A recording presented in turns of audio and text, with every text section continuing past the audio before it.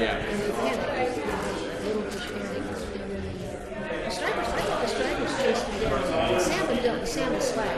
Right. They go flip out and slash, and then they come back around and pick up the damage. Instead of actually chasing the fish. It's a more conservative advantage to do it that way. But I didn't know that the stripers do it that way too, but apparently they do. Interesting. Yeah. Same kind of thing. Shadow. So anyway, I'm not sure how predatory the salmon are, or how predatory the stripers are on the salmon smolts. I suspect there's water there's much more sickness. Yeah. The striper population is in decline too. Yeah. Which tells me they're not doing all that well either. A lot of species are. Yes. I think the general consensus is that everybody feels pretty good about it. That blue Sierra butterfly pretty much disappeared. We're going to be in the water business. We should We meet again tomorrow. We're going to be in the water business? Yeah. We really are? Yes, we really are. Dick said that And there's not his partners are a member of the of the what is it, environmental and something else. It's like 31 ton, those huge committees in Congress that agrees that climate change is happening. the next Aqua meeting is Not in May. one of them. Denial. Of course, remember you heard Total the denial. system with cap to cap. Aqua's Right. So it doesn't matter. no. Right. It's up to you. So our next board meeting is in April, so you can wait till then. How's it going? Good. It wasn't too bad, but there was a move afoot by her to try and get me replaced on this body by her. Yeah, that's what she would like to do. This guy down there needs to be convinced that can't happen. What's that? Sue would like to be a member of this body and have me removed. Well, she wanted to do that before. I'm not looking out for the interests of the ratepayers. Well, I thought she wanted it because she thought we got paid. Isn't that a complaint that you guys have to put her on anything that pays? That's right.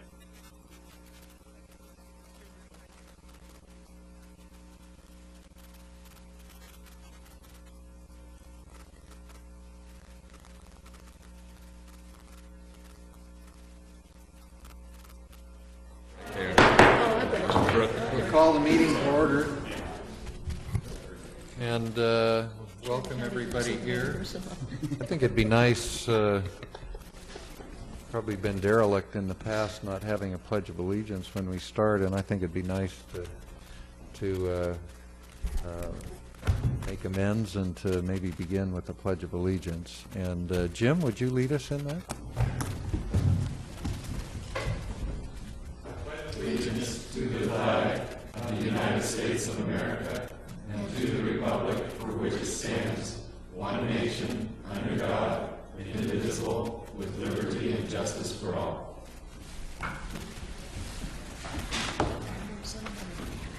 Yeah.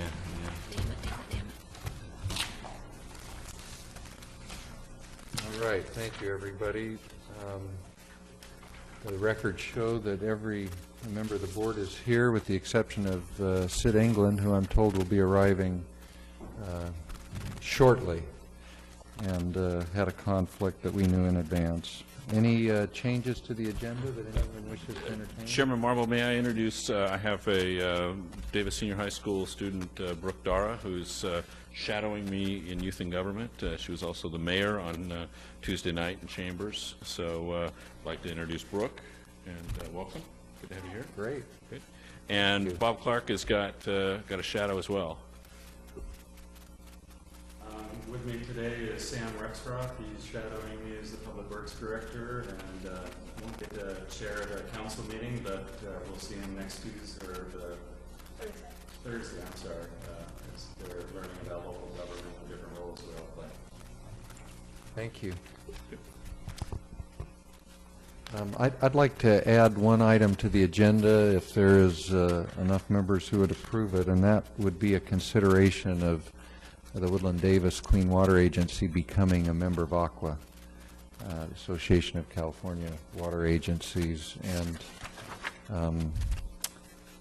if I could have that permission, we'll just add it at the end. I thought we already were members of Aqua. I believe we're members of NAQUA, Oh, but not Aqua. Okay.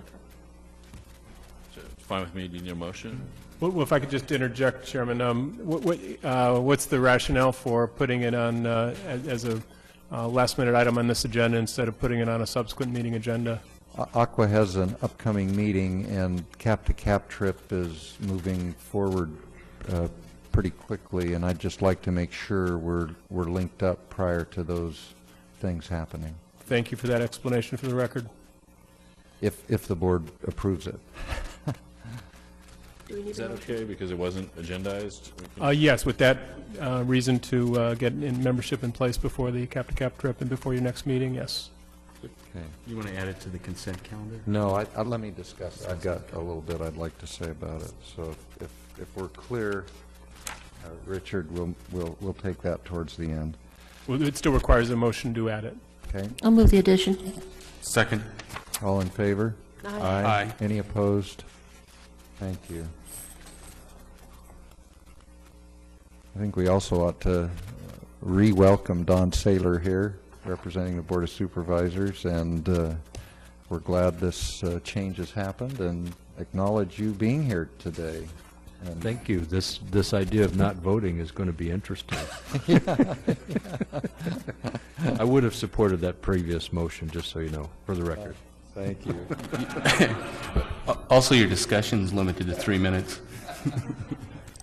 There's an opportunity for the public to make any comments. Do we have public comment on items not on the agenda? Seeing none, we have a consent agenda in front of us. Anybody wish to remove anything from the consent agenda? I'll move the consent calendar. I'll second. All in favor? Aye. Opposed? Item 5, update on benchmark. Item 5 relates to a follow-up of our meeting of February 1st, at which it was presented by Dr. Rhodes Trussell, the water quality objectives and benchmark treatment processes that were being evaluated. It was suggested at that time that we perhaps have an outside board or panel of experts review what is being developed by our program management team and to assess the appropriateness of both the water quality objectives, levels of service, and level of treatment associated with achieving that level of service. We discussed that among staff and felt that the most appropriate way to go about that would be to retain Professor Emeritus's George Sablonagas and Ed Schroeder, both at UC Davis, from UC Davis. They've been very knowledgeable about the progress of the project from, as I understand it, for the last several years, and served on panels of peer reviews relative to the planning approaches being taken, relative to the overall program. They have been contacted, and we're proposing to you for your authorization that we meet your request by hiring both Dr. Sablonagas and Schroeder to be our panel, review panel. And this would entail a cost of about no more than $20,000 for the two of them, and that their work would start immediately in looking at what has been developed thus far, and with a report back to us and to you by May the 1st. So that's the update of following on with your request.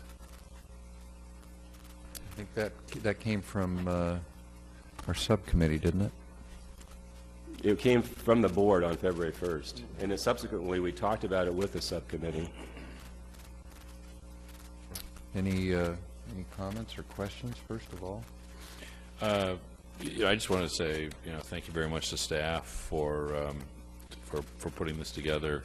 I think I was a bit of the problem child on this at the last meeting, but I do think, even if we learn very little that might be new, and even if we don't reach a different conclusion, I think it'll be worthwhile to have had as deep a think as possible about matching the supply of the project with the needs on the wastewater side, and definitely the case in Davis, where you know, we're about to embark on large expenditures on the wastewater side, and I would just, you know, I'm sure it goes without saying that they will sync up with City of Woodland as well on how those connections are made. You know, that's just one of the issues, of course, that they'll be thinking about. So that's a thank you.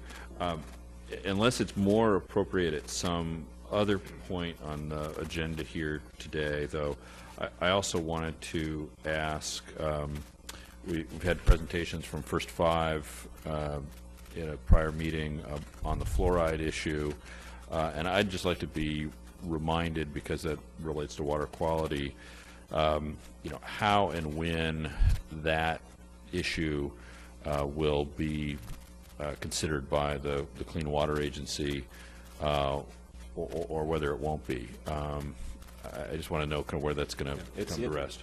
It's interesting that you just mentioned that, because I just received an email from Patricia Hausman, who is the chair, I believe it's the chair is her title, First Five, indicating that they no longer wanted to present to our board, to you, but in fact they would contact each of the cities individually to make a presentation or have a discussion about their issues and their concerns and proposal with regard to fluoride.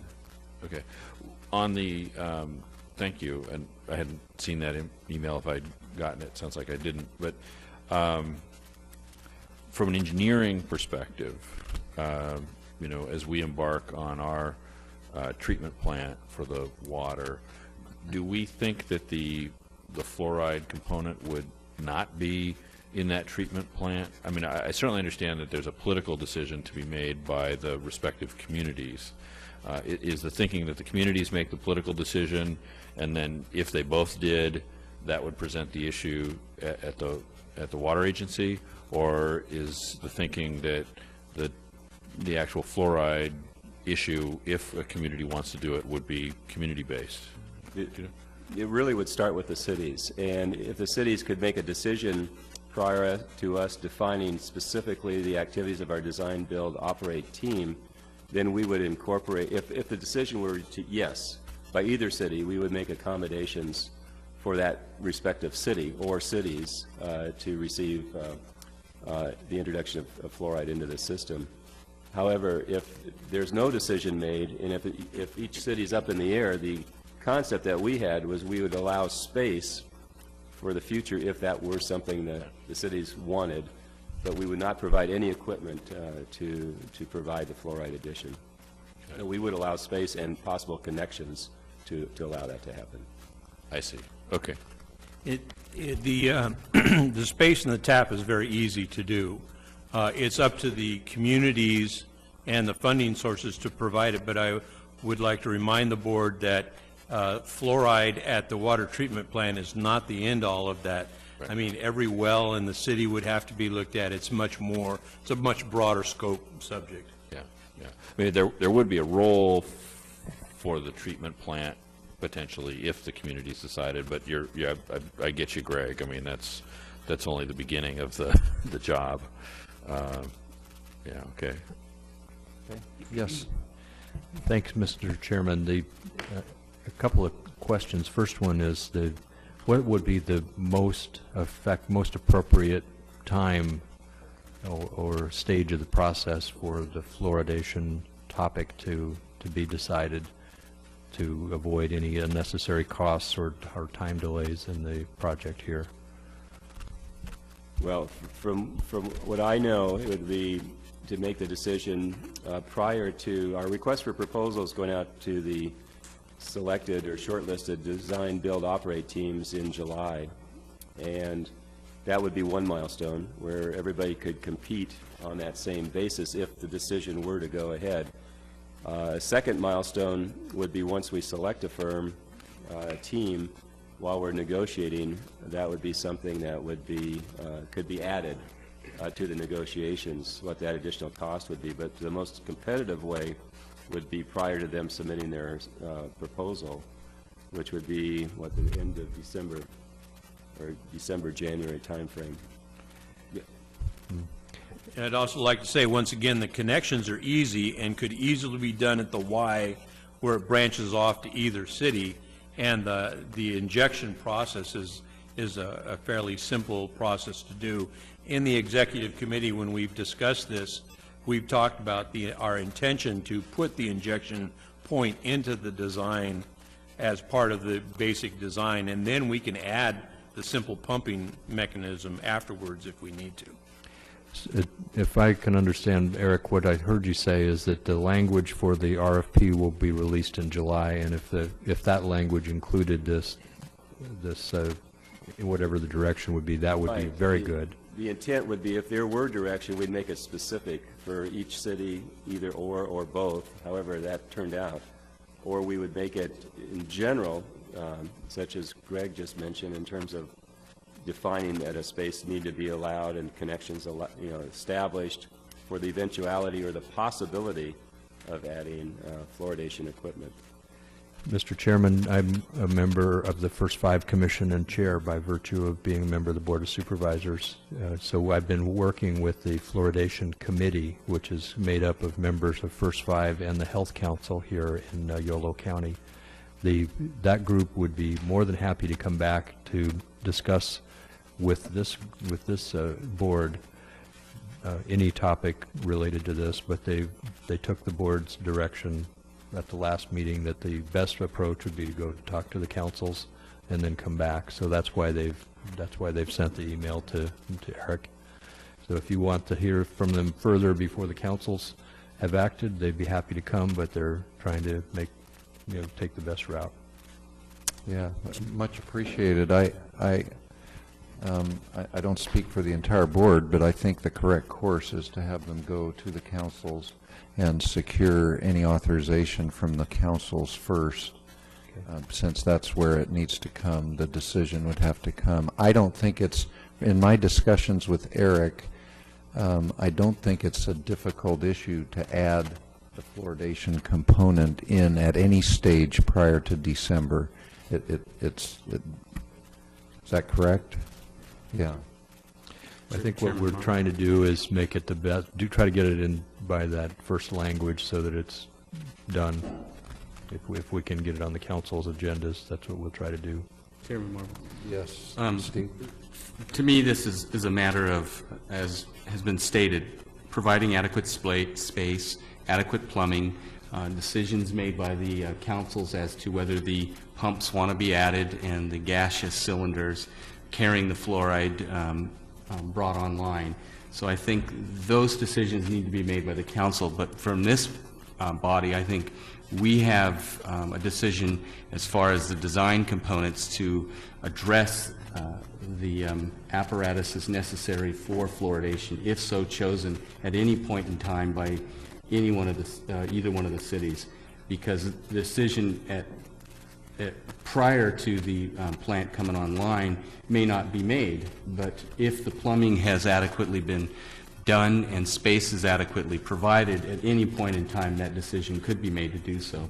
So I think it comes down to space and plumbing, and the plumbing is not a very expensive component. The space is a little more expensive than the actual plumbing of a T and an injector setup. To the item that's before us, because I think that I think we're getting a little off track on this item that's before us. There is $20,000 as a cap at $200 an hour per professor. So do you believe that 50 hours per professor is adequate to address the quality issues? Yes, I do. Yes, I do. We, on our team, again, we've stated this before, we have experts. We have world-class experts with regard to water quality and water treatment. So I feel very confident in terms of what we're proposing to the board. But I understand there isn't a benefit to having an independent panel review that. And in talking about that with staff, with our program management team, and discussions that they've had with Dr. Siobhan Augusta Schroeder, that this should be adequate, based on their knowledge already of what's transpired. I just wanted to make sure that we're not going to have a down-the-road request for some more funds. My hope is that this is more than adequate and we'll actually not see the expenditure of the full $20,000. Are there Thank other you. questions? Yes. Marty? Oh, it was just a comment, actually, you were right that we were getting off topic, but I already earlier this week met with some of these folks that Don's alluding to and reconfirmed that, and I directed them over to Mark, because I'm not sure exactly what this would look like, what kind of instrument would come before the council, and directed them over to talk to him about it. They are meeting with all the council members, to my knowledge. Yeah. Director Cravoza. As a member of the Davis City Council, I just want to make sure it's clear that we're very tangential in Davis, and we go off topic all the time. It's quite.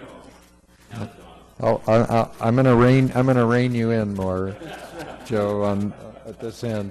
But actually, to go back to the item that's not on the agenda, on the fluoride topic, I'd just like to know if both councils should be aware of any cost issues related to joint or singular decisions on this. For example, if both places decide to go in this direction, because that and the injection is before the wire, I mean, does that cut the cost down 50%, or is the unique nature of each water supply in each city dictate that the equipment be put in after the wire, no matter what? And I think it could be interesting to know up front just whether the timing decision could save, some. And is this a $40,000 system, or is this a $250,000 system? My recommendation is to put the connection after the Y, simply because, no matter what, simply because each community then has the capability of not only choosing or not to choose, but also at what dosage that you would like to do. I mean, that's the way I've been looking at it, it gives everybody a choice. In answer to your question on cost, I had West Yost check with West Sacramento, which has fluoridation, and their cost is about capital cost about $800,000, and their flow, I believe, is about 30 million gallons per day, for about 30 million gallons per day. That was the capital cost. Mr. Chair? Yeah. Mr. Chairman? Yes. That was the number they gave me too, is 800,000 in capital, plus a 350 a year operating per unit.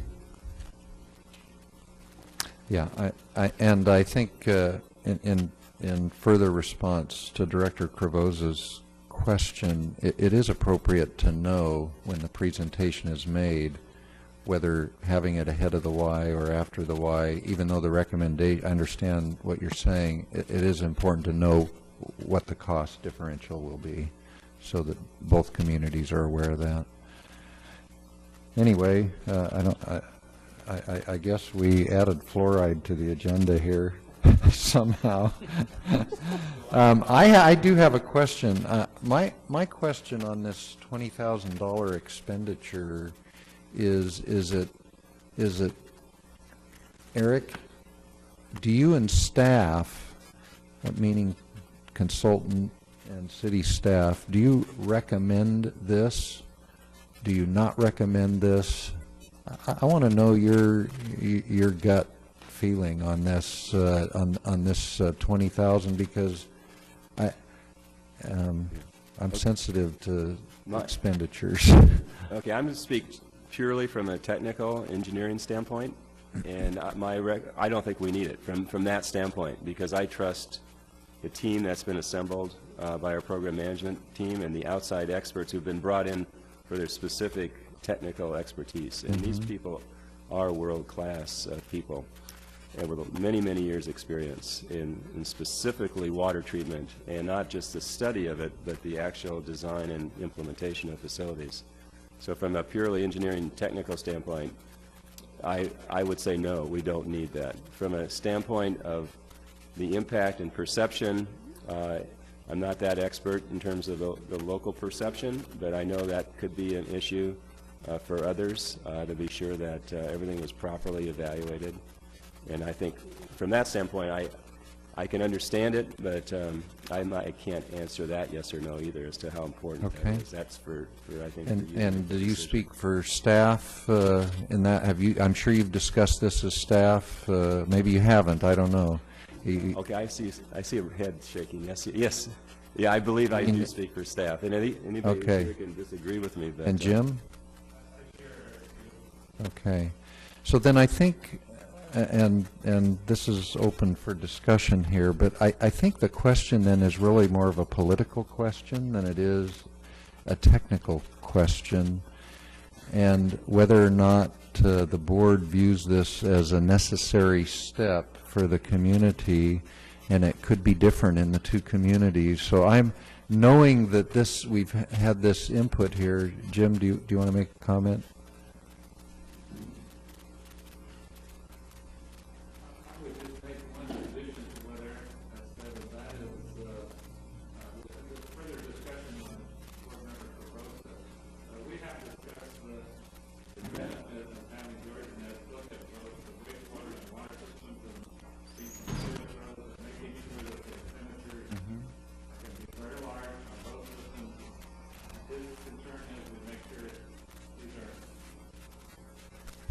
These are cost-effective expenditures of public dollars, and we don't spend money in the water side that's not a benefit to the wastewater side, and vice versa. So one of the additional things that I believe George and Ed will provide is that assessment.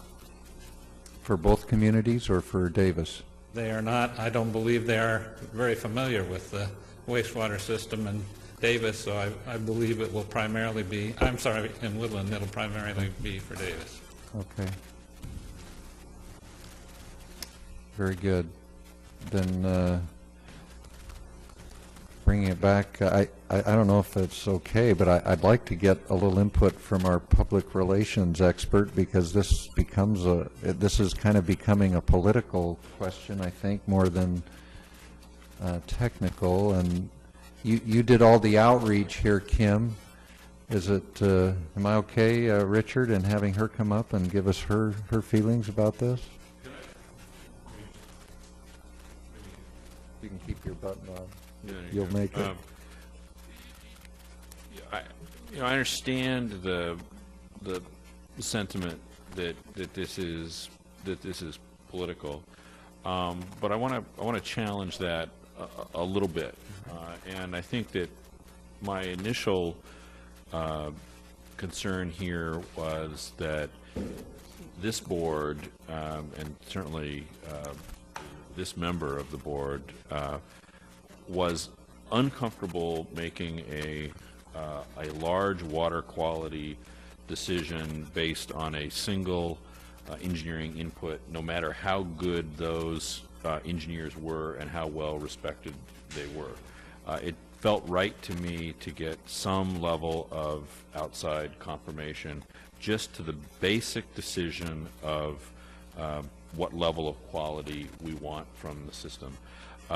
In getting together with Jim and others on the side, though, it actually reinforced to me the benefit of bringing in some outside people, and the folks have made a determination that George and Ed would be the best people. I have no preference whatsoever for who the outside people would be. When we started to think about the potential downsides of designing something on the water quality side that wasn't considering the wastewater side, whether it was Woodland or Davis, if there are small expenditures that we can make on the water supply side that might be of very large benefit to the cities down the road, it would be terrible to get in a position in 10 years where we say, gosh, we didn't think about adding that piece to the design that would have reduced costs in the future. Now, some of that's purely speculative, and so if I'm in a world of fantasy, I want to be, grounded here. But I think my first decision, or my first interest, is just in a third-party confirmation that we're treating to the right level of quality. And then second was this level of coordination.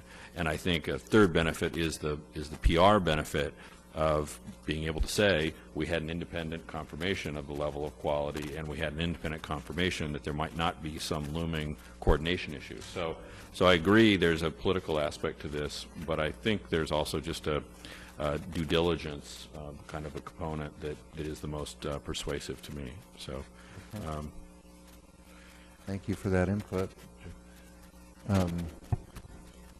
Wait a minute, Kim, did anybody else have a question or comment? Well, I think there was also an element in this of the balance, of striking the balance between the level of water quality that we can get within a certain budget. I mean, I suspect if you spend a lot of money, you can get a different quality of water. If you spend less, you get another kind of quality of water, and we were trying to balance that, being mindful of what we need to feed into the wastewater treatment plant as well. So I'm comfortable actually having the outside party evaluated. I think that's probably a bargain at this price. Okay. Any other board member comments?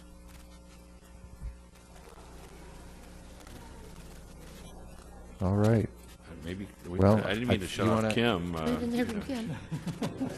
Well, she gauged, I think, the thing that was important to me, come on up, Kim, the thing that was important to me was she kind of gauged the pulse in each community as she conducted these outreach sessions, and I know this is a technical question, it's a parameters question, it's a political question, but I think in terms of getting the third-party analysis, we can look back and see the confirmation that we needed following the EIR. I believe we did have the professors take a look at the project in the findings and confirm those. That was important in the Davis community especially, I believe. So I think there are some advantages to having the third-party endorsement, if that's what it comes to. We are hearing some, I did, when I was scheduling some Speakers Bureau opportunities, talk with some community representatives who said, we're very concerned about the water quality, and we want to know that what we're getting out of the river is better than what we would get out of the ground. So I can see that it could be helpful, but I'm also sensitive to the fact that there are rate increases being proposed in both cities that are very steep, and any cost will come under intense scrutiny, if not fairly soon, within the next few months.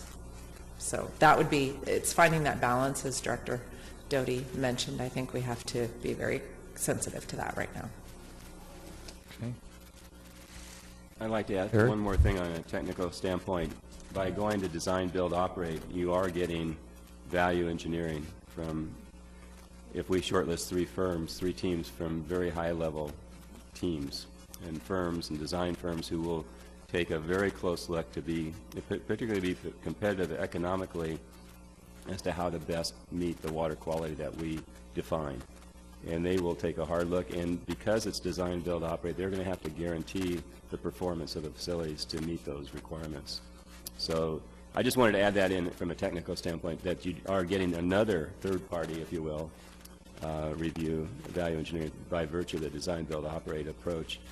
But also want to reiterate what Director Doty mentioned is we really would like, and I know it's for you to understand the approaches, but we're trying to find a fine line between what level of treatment you want or quality of water versus how much you're willing to pay.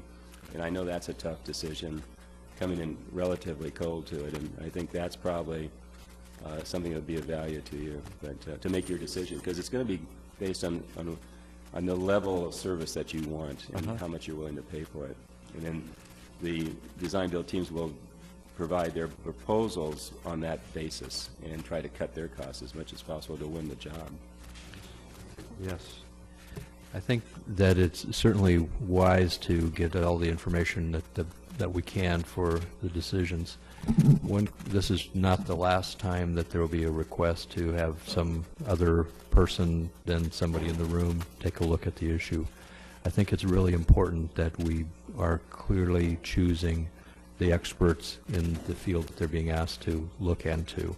I don't have any reason to doubt that these two individuals have relevant background in this topic, but that doesn't mean that they will have the relevant background for every question that is likely to come up, and I think the board should be mindful of matching the needed expertise with the problem at hand. I would agree with that. And wonder if you want to make any comment about how you chose these two individuals. I'll ask Jim to.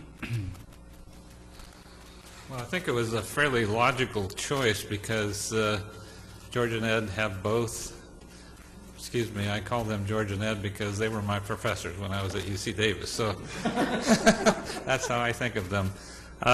They have both been involved heavily in the wastewater issues for the city of Davis, but they also have already critiqued the water supply project and the approach that we're taking in this water supply project, and in doing so, got a lot of education on this whole project previously, so it'd be very easy for them to come in and complete this assignment. All right. As I understand it, we are asking these professors to review the benchmark treatment processes that will be provided to the three prospective bidders under the request for proposals and evaluation of those bids. So this is vital before we go out with those RFPs to have them review that data prior, because what comes back from those bidders will address whatever that benchmark treatment process is asking them to bid on.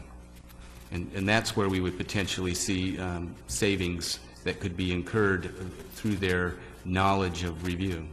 Right. All right. Anyone want to make a motion? Oh, Sid, please. Yeah, Director England. Thank you. I just wanted to make the comment that, you know, the end product of this is a high-quality water supply to the university as well as the cities. So a couple of check-ins along the way to make sure we're going to get what we're spending the large amount of money for, I think is a good idea. If they in fact report back that endorsing where we are currently, that's great. That gives us more confidence.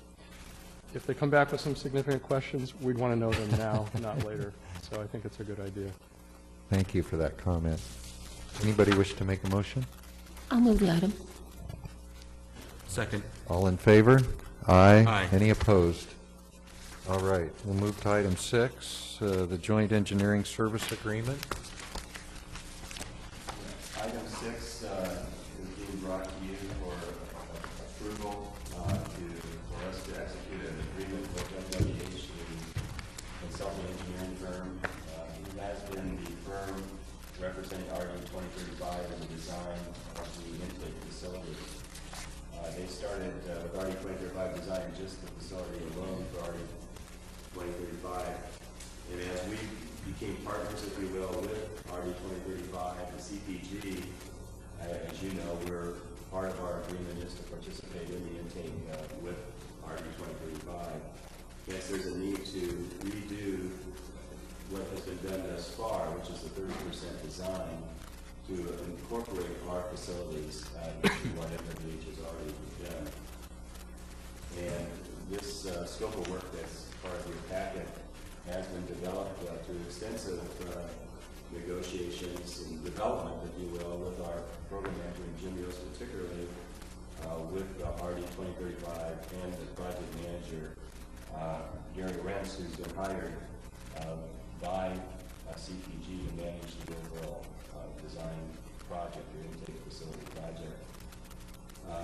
This was going to be brought to you a couple of weeks ago, but because of some delays in the negotiations with regard to both cost and terms, that Dick Shanahan has been working with the attorneys for both RD 2035 and MWH. We needed to delay this 2 to 3 weeks. And so we're in a situation that we feel pretty comfortable with regard to both the legal terms, the scope of work, and the cost.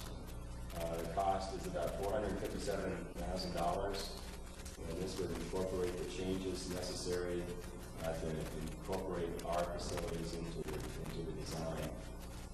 There has been a discussion where there will be some cost sharing of a minor amount with RD 2035 for additional geotechnical work and corrosion activities, which would be common to both of us. And so that's we will have a realized benefit of about $25,000 as a credit on our invoice in working with RD 2035. So the cost to us will be about $432,000, about say $430,000 for this work. And again, This is to be finished by July 1st. Again, it's a tight time frame. The earlier we get the 100% design done, the greater our chances of getting and expediting the funding for the construction activities through the Bureau of Reclamation and California Department of Fish and Game. The permitting for the work would be done separately. That was what the hang-up originally that was included in the cost of MWH, which created a real concern on our part, and now it's taken out. And that'll be done separately handled, if you will. And we'll bring that back to you in terms of that cost. So that's where we stand, and so we're asking you to look at it and ask any questions, and like to approve that agreement and start work right away. Before. The only hang-up, I guess, is we haven't heard from we haven't received the funding yet. Of course, this is outside of funding. This also, that's why this is for 30% funding. They still haven't received, unfortunately, 100% funding for their detailed design, or 100% design funding, which is supposed to be limited, and we're hopeful by first week of April we can tell that we will receive that. There's been no movement on that yet, but I'm aware. Before we take some questions here, could you, I know because you and I talked while this negotiation was going on, could you just briefly address the indemnification and the limitation of liability? I'm going to ask Mr. Shanahan to do that because he's really involved directly in that, and plus there's additional information that they've just developed for Exhibit C that he should share with you. Okay. Sure, Mr. Chairman. The significant contract hang-up dealt with Section 10 of the proposed agreement on page 4, a limitation of liability clause that more and more consulting engineers are requesting these days. From the owner's perspective, they're never a good idea. You'd like to have no limitation on the liability of the engineer for its work and design and any negligence that it may undertake. MWH, I have learned, is a very risk-averse large national corporation now. We're dealing with their attorneys in Colorado. And the bottom line is where we ended up was a limitation of liability clause, but with a limit of $10 million, which staff feels is comfortable. As a check on that, we consulted with the agency's insurance company, YC Parmia, and the fellow who runs that organization, whose name escapes me, Towns? Yeah, anyways, the risk manager who runs YC Parmia that also represents, insures the two cities, and discussed that with him, and he concurred that a $10 million limitation of liability was a fair limit for this contract and this scope of work. So that's the recommendation that's coming to you. Very good. Questions from the board on this item? If there are none, does some... I just wanted to ask, the funding for RD 2035 that's imminent, that's Bureau, USBR dollars? I'm sorry? Excuse me? The pending or the imminent funding potentially for RD 2035, is that U.S. Bureau of Reclamation? Yes, money? it's from Reclamation, yes. And that, it was for the 100% design. So they had finished their 30% design, and so the next step was to get the 100% design funding, which was about $1.1 million. And throughout the last 2 to 3 months, we've been in discussions, obviously, with RD 2035, and they keep expecting it. I mean, we've heard, unfortunately, you get the 2-week situation where it's every next 2 weeks, but I know there's a situation in Washington now in terms of trying to establish what the final 2011 budget is, let alone the 2012 budget. But their intent, they've heard they're going to get this 100% design funding. What we're doing right now is still the 30% design, so it's not impacting or delaying our work. And we would be paying this money anyway, irrespective of having the funding or not. So we're not spending any additional monies. But we'd like to think that this demonstrates our goodwill. It's our contribution, if you will, to demonstrate our local share, which goes a long way also to assisting, expediting grants from the federal government. Yeah. So that was what I was alluding to, was the 100% design. We would like to go into 100% design we want to finish this 30% design modifications by July 31st, so I presume the 100% design would be starting sometime in August. So yeah. So If this issue is still in play when some of our members are in Washington, D.C. for cap to cap, is there any thought that you'd make an extra trip to? I think we plan to address it prior to cap to cap. Okay. Directly. Okay. Good. Yeah, we're discussing that with RD 2035 and coordinating an effort to spend a couple of days back there in the right offices quickly. Okay. Good. Good question, though. Yeah, thanks. That's wonderful to hear. And then with regard to project cost estimates, which do impact us in Davis as we, and I'm sure in Woodland as well, as we work toward our Prop 218 process and notice. When might we have the next estimate of what the intake cost is going to be based upon this work moving forward? our program management team is planning to have that new estimate in May, and I'm not sure which day in May. Do you have a specific day, Jim? So that doesn't hinge on this design work being completed by July? For the cost of, for the intake or for the entire project? Well, I know that one of the issues, at least that I've heard on the Davis side, is as we're coming up with total project costs, now that we know that we're definitely, in Plan A mode for the intake, that, Bob, you can help me out here, but that's a number that, we're thinking about. Or do we have the number that we want for this? I think we don't yet, right? Or Jim, tell us, do we have the, when are we going to get numbers on the intake, or do we already have the number on the intake? And they will, one of their assignments in this 30% design is to produce a new cost estimate for the joint intake, and that would be available about the end of July. Okay, so then what's the May number that we would? I'm sorry? Was somebody what saying? What Eric was referring to is, and it's actually a little later than May, it would be about the end of June. We're completing the 20% design work on the entire project. We're developing a detailed cost estimate, and it will be included as part of the RFP process when we issue the RFP in July. And so by the end of June, we'll have that updated cost estimate. Okay, yeah. Just to augment that, I mean, one of the issues that we've talked about a great deal here with the project team is we're learning new things every month that have cost implications to them, and Wes Yost, as the project engineer, is dutifully incorporating those. But to avoid confusion to the public, we're not tweaking a public number by a $500,000 here and $1 million there every month to avoid the confusion that'll bring.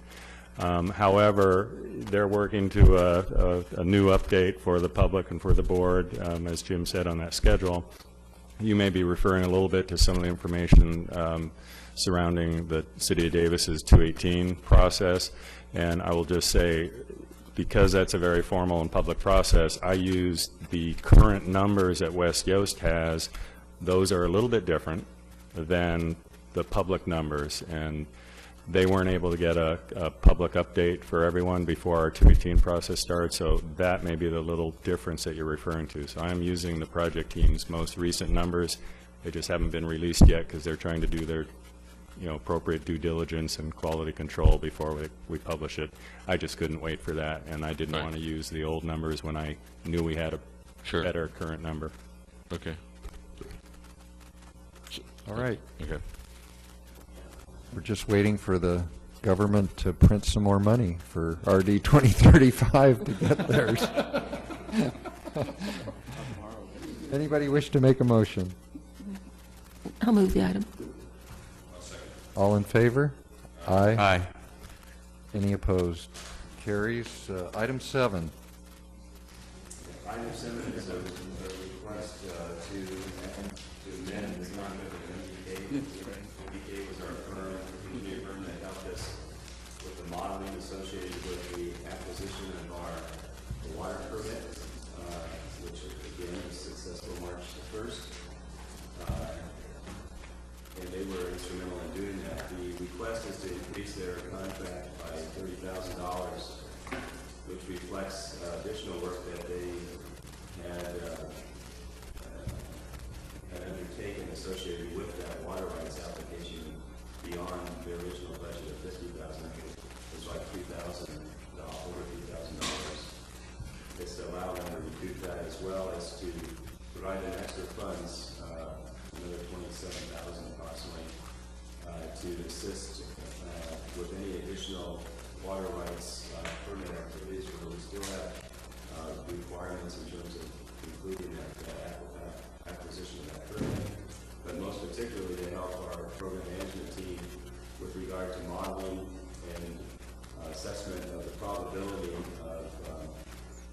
I want to say term, well, I want to say drought, but I want to say term 91 activities, if you will, because part of our water rights permit limits our ability to take water during cutbacks.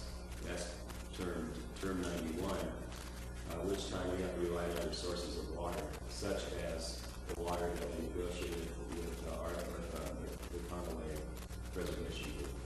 That allows us to have about 10,000 acre feet for the summer months, which were limited to 7,500 acre feet from July through September. But based on past occurrences, on the available records that we have, indicate that that will be adequate for a number of years. And we have to look at other sources. And so we're in a predicament of sorts in that we need to make the best decision as to how far we go in protecting our water source. Do we plan for the worst case scenario, which may occur once every 100 years, which is going to cost a lot of money, and getting supplemental supplies? Or do we plan for a case that might happen once every 10 years, which will cost a lot less money, as we look at other sources of water to fill in the gaps? This is ongoing right now through our program management team, is looking at where the gaps occur, how frequently will they occur, and how big will those gaps be, and all the sources of additional water that we can look at, such as ASR, storage and recovery, working with the Yolo County Flood Control, Water Conservation District's plans, securing water from upstream senior water rights holders, among other options. But the need for MVP is to help us define the probability and the magnitude of those times when we do need this water. And in the long run, it's going to help us make and present to you our recommendations for how to address those shortfalls. Because those aren't going to be real easy decisions. We want the best data possible to make those decisions. And how far is it logical to plan for the worst case scenario? How far do we go in the worst case scenario? So that's a long-winded answer for this service. Their service was certainly helpful at the hearing, and I think I'm fine with this. Does the board have any questions? No, it's good. I'll make a motion to approve item 7. I'll second. All in favor? Aye. Aye. Any opposed? Aye. Okay. Item 8, approving the amendment. Item 8, I'm going to ask Dick Shahan to present this to you. Thank you. As the board members will recall, back in December, you entered into the water right purchase agreement with Conway Preservation Group, a major transaction, a component of which had each of the cities providing security to support that purchase through the form of an installment purchase agreement entered into by each city. After those contracts were approved and inked, some of the city finance people were reading the fine details and the definitions in the installment purchase agreement, and some of the finance guys had some concerns that provisions were not clear enough and there could be double counting of certain cost items that could adversely affect the cities. So as an excessive caution, the city finance people are recommending clarification of 3 of the definitions in the installment purchase agreement that's outlined in the staff report, the proposed amendment. These are fairly minor changes, and they do not revise at all the overall financial commitment. They're just clarifying some definitions that CPG and its attorneys have looked at as well and concur with these changes. So staff recommends this change to the installment purchase agreement, which, if it hasn't already, should also be coming to the respective city councils. Questions? Thank you. We haven't seen it yet, have we? Yeah. We haven't seen ours, have we? I don't think we have. I have no any other questions. All right, we need a motion then. A second. All in favor? Aye. Opposed? None. Motion carries. I'll bring up the item that I added, which was Aqua, Aqua dues and joining Aqua. In some of the discussions that I have with various water people, I know that legal has with various water people, and I know Eric has, the question comes up, well, why aren't you a member of Aqua? You know, you're a major entity and you're going forth with a major project. And I asked Eric this morning and staff to just kind of develop what the costs would be to join Aqua. Aqua has a policy of paying costs according to your operating costs, less certain deductions. And the dues look like they would pan out to be $300 this year, the first year, $1,485 the second year, and then $2,950 going forward, at least through the year 17. Now, it could be lower than that, actually, if some of our operating costs come in lower. I didn't want them to spend a great deal of time sorting that out. I just wanted to have a ballpark for this board. But I think it adds to our credibility as an organization to be part of the Association of California Water Agencies. And so I guess I'm recommending that we become members of Aqua, but would open it up then for questions and discussion. Marty? I'm sort of dredging memory here, but didn't Aqua, the northern and southern elements, have a conflict over the Delta plan? Did they get back together after that? Well, there have been some people withdraw from Aqua, but certainly they still represent 90% of the water that is provided to California. Are they principally water purveyors? Principally water purveyors, which we are. Especially now that we own a water right. We're no longer an agency without a water right. That's true. Or an agency without water. Which I've been asked that question a number of times. How can you be an agency when you don't have water? When we did have this discussion, if any, probably at the very beginning, and because West Yost holds membership in Aqua, I think we maybe estimated the costs a little higher than what I've come up with today at that point in time, and we decided to only join NAQUA, the Northern California Water Association, at that point in time, and not join Aqua. But the more I've been involved in water issues, the more I feel like it's appropriate for us to be part of this California association. And so I think that historically, if my memory is correct of that board discussion, that's what it was. Chairman Marble? Yes. Benefits that would be accrued to us besides the prestige?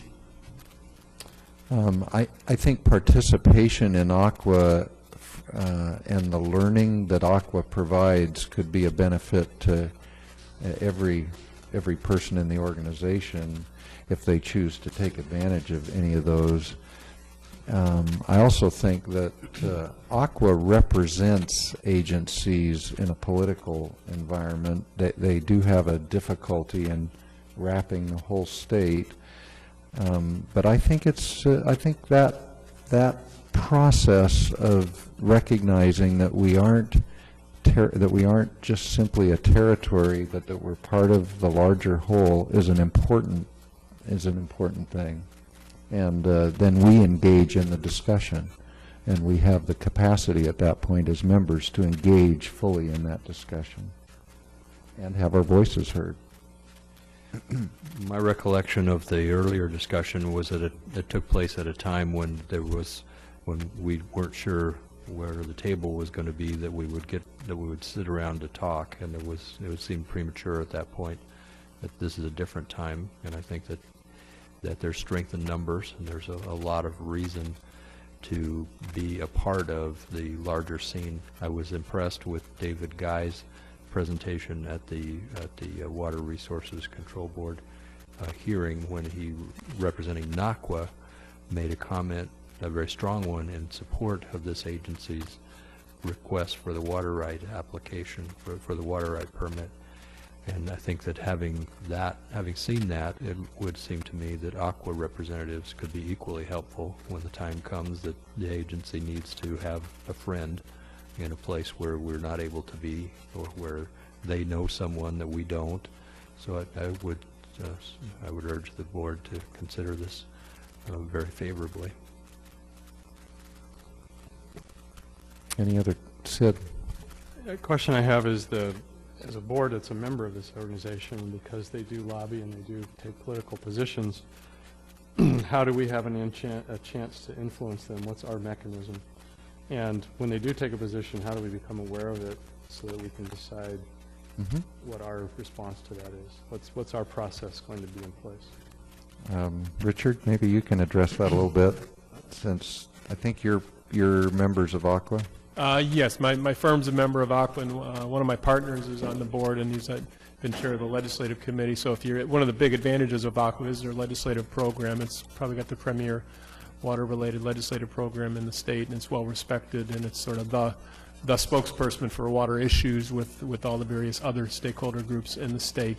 And if if the agency became a member of Aqua, you would benefit from periodic updates and very good legislative tools on their website, members-only access to website information, and the opportunity to review, urge, oppose legislation through their committee. And like many associations of that nature, it operates through a committee structure. And so the Aqua Legislative Committee is the group that reviews legislation and decides on positions, and is Chairman Marble mentioned, sometimes it's easy because it's got obvious statewide impact. Other times it's got a north-south component, and it's got, more difficult for Aqua to take a position. But there's a committee that reviews all of those legislation and takes positions. And sometimes they're unable to take a position because the state is so split. But more often than not, they're able to take a position on behalf of the overall statewide interests. So, so my question then is that it'll be up to the board members to monitor what's going on, or we don't really have staff that does that for us? Or is that something that would be coming forward through you? How would that be actually occur for us as an agency? It would primarily, I would say, primarily through your manager, through Eric as your general manager would be the principal sort of go-between between the agency and Aqua, and then Eric would draw on other expertise and support as needed. Right. Thank you. And one other access point would be the members would have the opportunity to sit on the actual committees, the regional committee and the various committee structures, that you could have direct input through that process also. It's very much like the League of Cities, which we're all, I think we all understand how the league works. Maybe Sid, you don't, but it's an organization similar to the League of Cities. So two things. One is for Greg and Bob, can they participate in Aqua things then, kind of as fellow travelers with the water agency? I mean, how's that go? Yeah, that's a good question. I really don't know, because Dick, do you know that if you have to be an employee? I believe so. I mean, they're designated as technical committee to this agency. So long, as long as you when you're, accessing or providing, you're doing it in your capacity as an agency representative, then yes, you would be able to participate. And so I don't think that would be an issue. Yeah, I think they're staff to the agency, so Yeah. I would expect so. Yeah, so I would, if we go in this direction, right, if we can list them as staff to the agency or something like that, I think that would be. That's a good suggestion. Beneficial. And then I'm assuming neither Davis nor Woodland are currently members of Aqua? I don't believe so. Yeah, so that's good. And the reason I asked the question is not just for curiosity, but that in my view, we've got our water right. We know what we're going to do to build our project. I think we've got a great beat on how we're going to operate it. I think that the interesting issues down the road for both Woodland and for Davis, are going to have to do with reuse, with conservation, with all of the broad set of topics that involve water supply. And so I would view one of the great advantages of this membership to be the ability of the cities as they manage this supply in conjunctive use, et cetera, that they're able to do it. So I think that's important to me. So I'm happy to support this, with the assumption that we do whatever we can to fold Bob and Greg, into it, so that the cities can benefit as part of the overall piece. Then the fallout, to some extent, question that I would have is, I'm familiar with Aqua, and I think it does a fantastic job, but I'm not familiar with NAQUA, and so do we maintain membership in both Aqua and NAQUA? Is there, how do we think about that question if we do decide to join Aqua? Yeah, my recommendation would be that we still retain our membership in NAQUA. I believe it's like $500 a year, if I'm not mistaken. Okay. Yeah, NAQUA. And it's good to be part of a local community, a water community, if you will. Because there are issues that we deal with that the rest of the areas do not deal with. So. And if I could add to that, one of the unique things you need to look at long-term as an agency is protecting your Sacramento River water supply, and that water supply will continue to be threatened for lots of reasons, and NAQUA represents a community of agencies that have similar concerns protecting their rights in the Sacramento River and the Feather River and the Yuba River.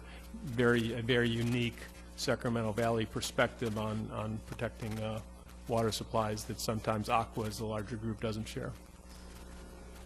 Okay. Mr. Chair. Yes. We join the friend, we join the foe. Exactly. cover our With our membership, are all members of the board free to attend? I don't know exactly. I think all meetings are paid meetings. They're not free meetings, to my knowledge. It's like the league annual You can attend, conference. but not just show up freely. I'm not sure how to phrase it. You do have to pay extra for the attending of the meetings. Okay, so within the membership fee, there's not access to the meetings. That's additional. Right. You have access to the meetings because you're a member, but you have to pay additional to attend the meetings. Okay. Yeah. And the board of directors' names are listed on the application, and so you would be specified as a member yourself. Okay. All right. Any other questions? Seeing none, I guess I brought it up. I'll make a motion that we become members of Aqua. Second. All in favor? Aye. Opposed? None. Motion carries. Okay, we have an opportunity now to have any comments from board members or reports from board members. And would you like to begin? I don't know if Joe wants to chime in even further, but we had a very full discussion on Tuesday concerning our potential water rates that would be set over the next 5 years, and how we would go about issuing the notice that needs to go out prior to a hearing. And we are doing our due diligence to come up with a necessary piece of information along with the proper notice that needs to go out that is an educational piece. And the council decided to do a 5-year rate notice versus just an annual rate notice as we have in the past. And that's the path that we're upon. We struggled as a council, as we often do, trying to wordsmith up at the dais, which isn't very good. But we gave some direction to staff to come back with a informational piece that's included in that notice, and it will be interesting to see what staff comes back after all of the chiming in that took place up there. So you're opting, say that again, you're opting for a one-year notice? 5-year notice. Okay. So you won't do any, once you do this one, you won't hopefully do another one for 5 years? Right, and understood the rationale very well. Actually voted against it, but understood it, and accepting the direction as one has to as a member of any body. When you're in the minority of a vote, you move forward. So are you now in the 218 process on that? Yeah, so we'll have staff coming back to us in 6 weeks or so with the recommendation for the 5-year Prop 218 rate adjustment. So the staff report that we had in front of us was for 1 year this year, and then to come back with years 2 through 5 next year in the spring. And we decided we'd rather kind of be as transparent as possible, bite the bullet now, and roll it all out. But the staff report, wasn't prepared to be, wordsmith at the dais to do that, and it does open up a broader set of concerns. Estimating project costs becomes more important. Thinking a little bit about rate structure, it becomes a little bit of a bigger consideration to think about that sooner, maybe rather than later. Although there may be some ways that we can be flexible in how we do the notice that preserves some ability down the road. And this doesn't preclude that in year 2 or 3 or 4 we could say we were wrong in the 5-year rate setting and come back and change it. But at least once we get the 5-year set, we have the ability to ride that all the way through or not. And I think some of the sentiment of our council was maybe it's better to be a little conservative, come in a little high. And then hopefully beat expectations as we go forward with the public, so that the public word that comes out in year 3 or 4 or 2 or 5 is, instead of X percent, it's going to be X percent minus 2% or minus 3%, and that's a more favorable position to be in with the public than we're going to take it up a little bit, even though we thought we might be lower or something like that. So I think that's where we are. And I actually would be very interested to know where Woodland might be on that, because the two communities. Yeah, and I think we'll follow up on that in this conversation. Is your first-year increase a percent? 28. 28. It was estimated to be 28, 28, 28, 28, 28, and then 16. Okay. So we're going to be 4 at 28, 1 at 16. And Greg, why don't you just fill in on ours, which is a little different, but... Well, we're currently finishing up a 3-year cycle, and we'll be looking at a new rate study. We planned a new rate study in 2012, 2013, when we had better numbers, just like you were waiting until the numbers, so we'll be starting a new rate study pretty soon here. Our rates and that we went through the 218 process, they end in the end of 2012, do they not? That's correct. Okay, and we went 40% the first year, and then 20% in successive years, kind of estimated to keep going at 20% at that time, right, up through about the year 2018, I believe. Does that sound, I don't think I'm too far off on that. Okay, so you won't have a 218 process until... towards the end of next year, I would anticipate. I'm not sure we're going to wait that long. I think it might be sooner than that. Oh, we're looking at 2012, having the rate study out, so maybe mid-year. Okay. Maybe mid-2012, you'd be adjusting for January 1, 2013. Okay. And we have Davis, pardon me, I guess I'm from Davis, so I still make that mistake. In Woodland, we have a rate study advisory committee that we commissioned over a year ago. That's correct. that have been meeting actively hours and hours and hours of time, and they have some recommendations that will be coming forward, they told us the other night, within a month or two. Actually, it's coming in the first meeting in April. Okay. So, and we don't know what, we don't know yet what we will be told at that meeting. Chairman Marble, I would add that in light of this new rates being set for both cities, I would hope that some of this information would get up on our webpage so that it becomes even more informative of the direction that the cities are going in regards to the setting of rates, because I often use the webpage as a catch-all for information to the public when asked specific questions. I'll tell them just to go to the webpage. And there is a frequently asked questions section that we may want to update and actually talk about rates a little more, because I had to do quite an extensive search over several hours to try and find adequate information that's available to the public without having to pay a fee to look at comprehensive water rates surveys that have been done throughout the state of California that were recent. And I actually found a really good report that was through 2009, and it was comprehensive for both Nevada and California, and it addressed 287 cities, of which the city of Woodland and Davis are both represented in Yolo County. Good.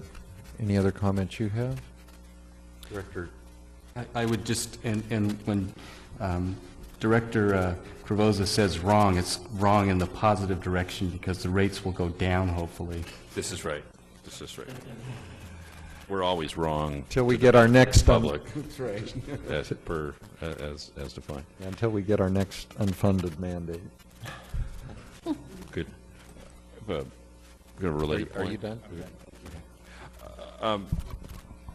One of the things I wanted to bring up here to everybody is related to what we were just talking about, and that gets to the shared experiences of Davis and Woodland that will connect to this new supply. And I began to think about this issue with regard to the urban water management plans that both of us are going to have to submit to the state by June of this year. And in Davis, we'll do our own set of considerations about what we're going to include within that plan. They can obviously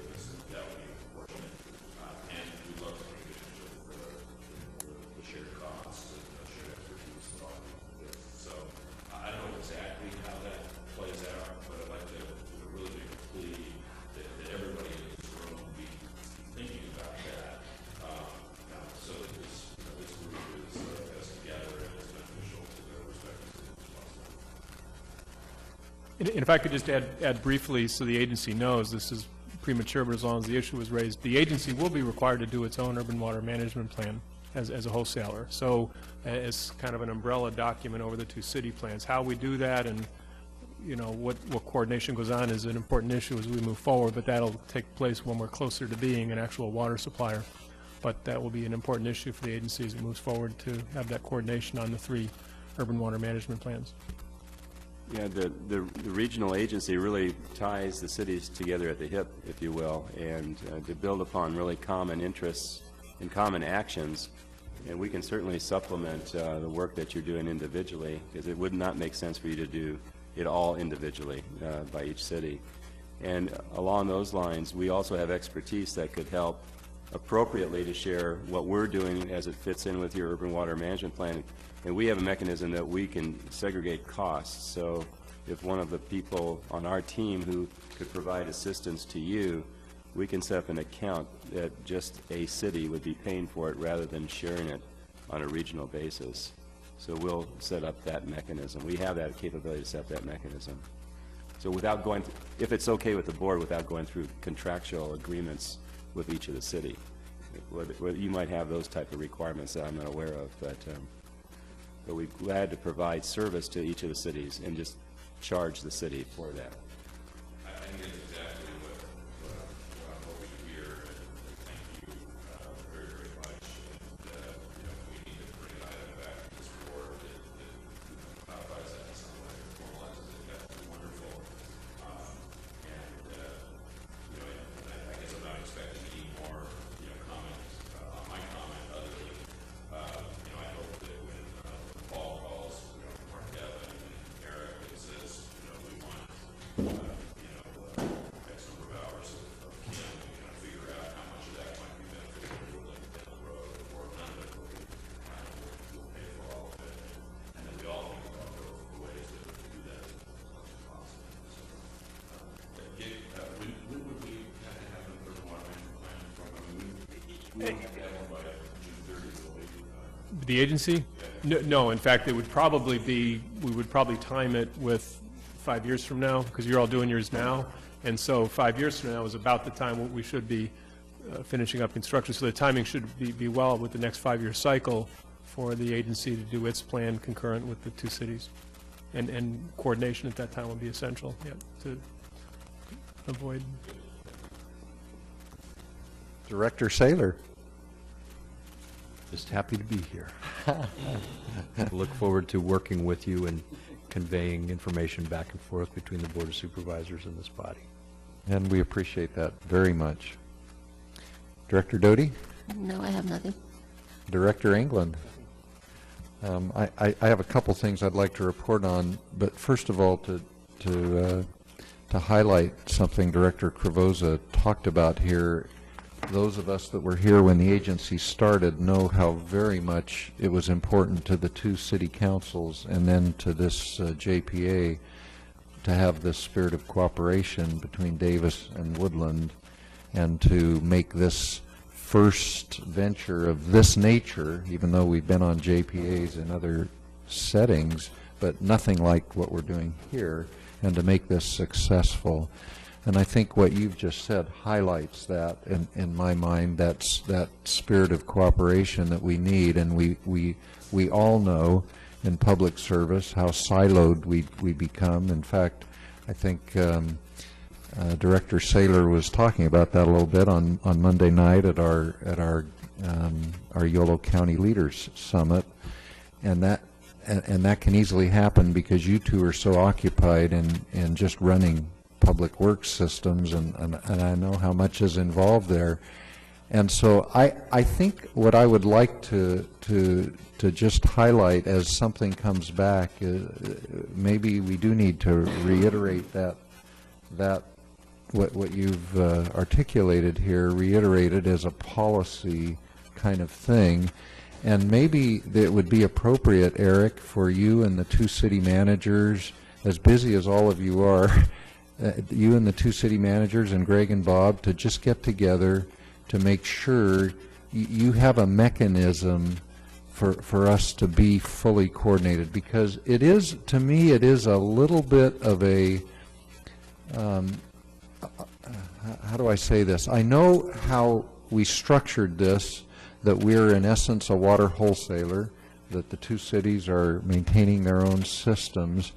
In some ways, I wish there was a way to combine it all and to have it be a water entity that was providing the whole water service. I know that isn't possible. We've been through some of that ground previously, but I do think we have to guard against remaining doing things and repeating things in each city that we really could have coordinated a little better, and we would leave it to you to kind of sort that out.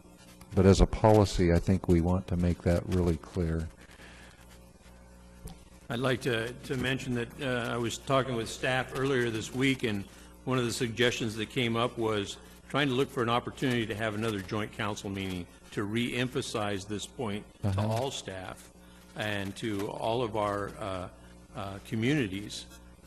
And so that's something to keep in mind, is if there's an opportunity, maybe now's the time to do that again. Yeah, and maybe you could discuss that in your meeting with the city managers, Eric, and the two of you, and just kind of see how you gauge that to be. Bob? Just to follow on that comment, the City of Davis is, our Department in Public Works is starting Monday to go through evaluation for some efficiencies in organizational structure, and I've got a few hours to talk about all sorts of things on my mind. This is one of the questions I sent to the consultants in advance of what are the opportunities to expand on this joint effort in the water world on water issues in particular, which I think you've been talking about up here. But, you know, this relationship here has, you know, frankly given Greg and me a chance to get to know each other better than we did before, and our staffs, and I think it's a good door opening. So we've been talking about potential issues, but as with all things, it takes a concerted effort to take that next step. So I think the opportunity's there, and we'll see where it goes. Thank you. Just a couple of other things I'll report. We did have Mr. Tim Quinn come and present to the last WRA meeting the current status of issues in the state of California with water, and answer questions both from the WRA board and from the public. I felt it was a very, very insightful and good meeting, and as you know, who are in the water industry, Tim is very articulate in his understanding of those issues and in understanding the nuances of North and South. But it was a good meeting. I attended a week ago Friday the Aqua annual meeting. We don't pay, Marty, any registration fees to attend those meetings. That meeting was in Chico, and was an all-day affair, and an outstanding discussion about regional sustainability as it relates to Northern California. Jared Huffman, Assemblyman Jared Huffman, walked into the den of whatever you want to call it. Hopefully, I thought he was. The questions were heated and pointed, but I thought it was he did a very good job in discussing his perspective on California water and Northern California water, and in responding to questions that were put to him. And then there was a panel discussion about water efficiency, and Tim O'Halloran presented some of the water efficiency issues from the Yolo County Flood Control Water Conservation District. RD 108 presented water efficiency, and there was a very good discussion about water efficiency and some of the things that we're doing in Northern California, especially in relation to water efficiency. And I won't go into that, but just wanted to let you know that meeting is there on an annual basis, and maybe we can make sure the entire board is aware of that meeting next year. Today, Mr. Mishi and I met with the water as part of the water resources team for the Sac Metro Chamber. Eric's done some writing. I'm sure staff has helped him for that process.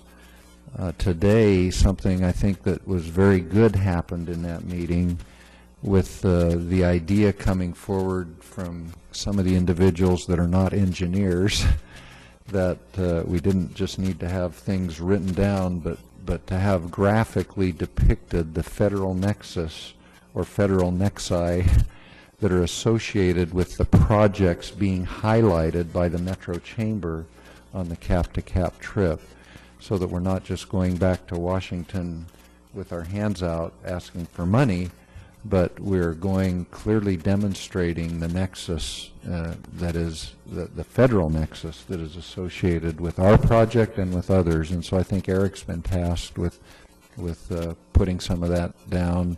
And I don't know what they ended up deciding in terms of a working session on that, Eric. They decided they're going to call a working session Okay. in a couple of weeks, or within the next 2 weeks, to really prepare that graphic and other supporting information really Okay. that ties it to what they believe the federal government really wants to see and how it benefits the federal government, what we're doing. Okay, which brings me to my next point. I'd like to suggest that at the next board meeting that there be some discussion of the federal nexus of our project and the state issues with our project, so that board members, as we meet as elected and other officials with other elected officials, that we have a clear way of describing why our project in this time of no money deserves money. And so I'd just like to maybe suggest that we do that. I know in my own mind I have a picture of how I'm presenting that. When we met with Congressman Thompson about a month ago, I think we articulated that. I probably didn't do a very good job of it, but I tried, and I think it would help us as a board to have that in a clear way, maybe on a single sheet like we talked about. I know our focus right now is on getting RD 2035's funding, because without that funding, the whole scope of our project changes, and so we're really working hard to make sure we're full partners. Regina Churovsky at our last WRA meeting made an interesting comment as we went around the table. She's the RD 2035 executive director, and she smiled and said how wonderful it is to be working in partnership with something that for a couple of years we all know had been very difficult negotiations, and RD 2035 is just thrilled and as is Conaway Preservation Group, and it's been a good thing as we've met together on a number of occasions coordinating how we're taking this effort jointly back to our legislators. To that end, I believe we're trying to coordinate right now for Vice Chair Souza and myself to go back with a couple of individuals, Bob Thomas and I'm not sure who else from RD 2035 would be part of that, but to meet for a day or a day and a half specifically with those individuals to emphasize how important the full funding of RD 2035 is to our project and not only to theirs. So that I think that will take place probably the first or second week of April. And I just wanted you to be aware that we're gonna do a whirlwind on that to try to engage some money on behalf of RD 2035 and ourselves. Lastly, I think Tuesday night in our meeting, one of the somewhat contentious items, I don't think it was contentious between council, but we had an item before us to impose a development fee on developers relative to the water project. That was an additional development fee from what we currently have, and we all know that housing isn't booming anywhere. And the decision of our council at that meeting was to allow the staff, and you can correct me, Greg, if I'm phrasing this wrong because it's my memory, but to allow staff and the developers to look at an alternative way of incorporating that into the rates of the individuals who would be having new homes built, somewhat similar, I think, to what is done in the Mello-Roos district. And I don't know where that'll come out, but the fee that was being looked at, which the development community understands they have to pay their fair share of this project for new development, but the fee was what, $3,800, something like that. 34, I believe. It was based on the size of the water meter. It was 34 for a 1-inch meter. Okay. So anyway, we're in the midst of that, and we have a 30-day period for them to come up with a viable alternative. About 3,500 for a 1-inch meter. Per unit. Yeah, and then each incremental increase in size of the meter is a larger connection or fee. And the reason I bring that up is, to me, it relates again to the comment you made, because Woodland we had a consultant who did a study to come up with that fee, and I know those studies aren't free, and so I just thought, gosh, those are some of the kind of things I think we're talking about here, that if we can make sure, if it can be done cheaper, we want to do it. All of us are very sensitive.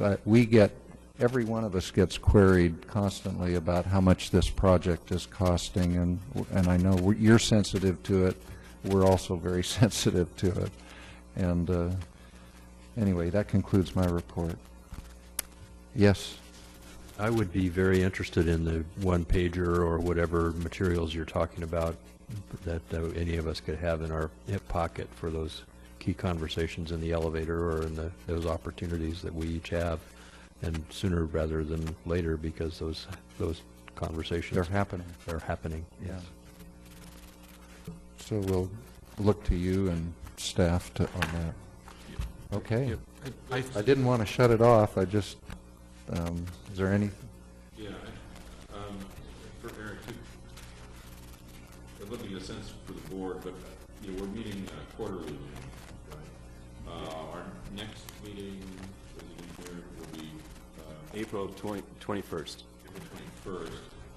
I don't know if it's too soon, but I do think this idea of how the cities can coordinate through the agency on areas of joint study, joint information sharing.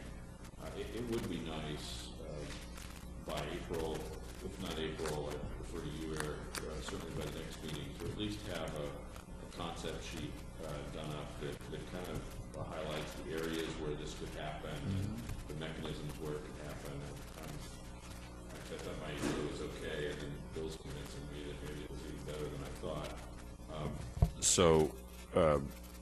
But I think actually it is important to kind of get it down.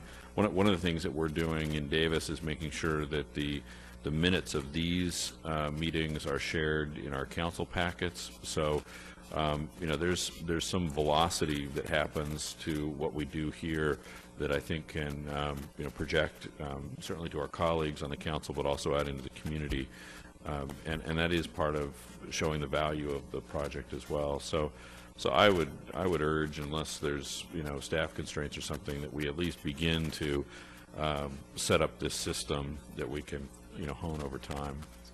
Is that okay? Is that acceptable? Yeah. Is that doable? Yeah, that's fine. No, that makes a lot of sense. It's great that we all, shake our heads affirmatively in this room, but there's value to a little bit more than that. So, great. Yeah. Chairman Marble, I would also piggyback on your comments about having another joint meeting and doing it around probably the anniversary, maybe the 2-year anniversary of this agency as a check-in point in a joint meeting between both bodies. We have several new members, a very new member, and then some little older new members that, and you have a new member on your body also. So I think that would be a good check-in point for all of us to once again get together. And I think there's also value in just getting together as two councils to show that, you know, the collaboration could potentially go even beyond what this agency has been doing. Just as an aside, in a personal comment, our new member told me he thought what this agency was doing in acquiring the water rights was brilliant. All right. Would anybody, if we're able to get this thing that Don, you mentioned in regards to some document that would give us all speaking points relative to the federal nexus, reason that the feds need to be involved, and state issues, would anybody be opposed to having a meeting sooner than 3 months if that can happen? Not at all. I think it's a good idea. And focusing on that? Did you say a meeting sooner than 3 months? Yes. You don't want it next month? Well, I thought that's what you had asked yeah, for at the next board you're meeting. correct. You're correct. I think that's fine. My slip. And for Director Saylor, it has to be a pocket format. Yeah. Pocket formatted for you. And just a quick All right. question, if I may. So you and Vice Chair are going back on the 11th, is that right, of April? I think I don't remember the date. Something like that. Are you also going on the Cap to Cap? Yes. What are the dates on that? May 7th to 11th? I don't remember the I dates. believe it is the 7th through the 11th. Yeah. Oh, you get back just in time. Well, I'm not going, so. Oh, Yeah, Eric and I will be there representing us on CAP. All right.